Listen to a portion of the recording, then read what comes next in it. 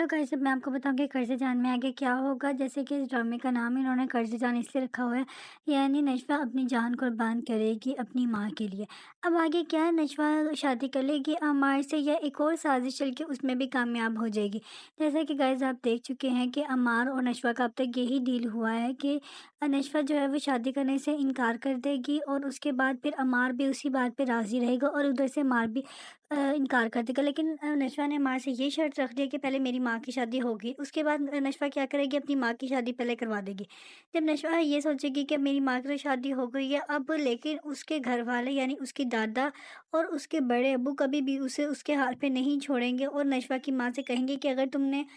اپنی شادی تو کر لی ہے، لیکن اگر تم اب خوش رکھنا چاہتی ہو اپنی بیٹی کو تو اس کی شادی اب میرے عمار سے کر دو۔ تو وہ اس کے گھر والے راضی نہیں ہوں گے، یعنی نشوہ اور اس کی ماں، اور ادھر سے جو یہ برہان وغیرہ ہیں یہ بالکل بھی راضی نہیں ہوں گے۔ وہ نشوہ کو پریشرائز کریں گے کہ کسی طرح تم اور عمار خود ہی ابو سے کہو کہ وہ رشتے سے انکار کر دیں، لیکن وہ ایسا نہیں کریں گے۔ پھر اس کی بیوی بھی ان کا ساتھ دے گی، نشوہ کا ساتھ دے گی، اور عمار کا بھی، کیونکہ وہ بھی جانتی ہے بے جو رشتہ ہے اس رشتے کا کوئی مقصد نہیں ہے۔ وہ یہ بھی جانتی ہے یہ بھی، اگر یہ نشوہ اور عمار کا رشتہ ہو گیا تو اس گھر میں دوبارہ ایک ایسی غلطی ہونے جائے گی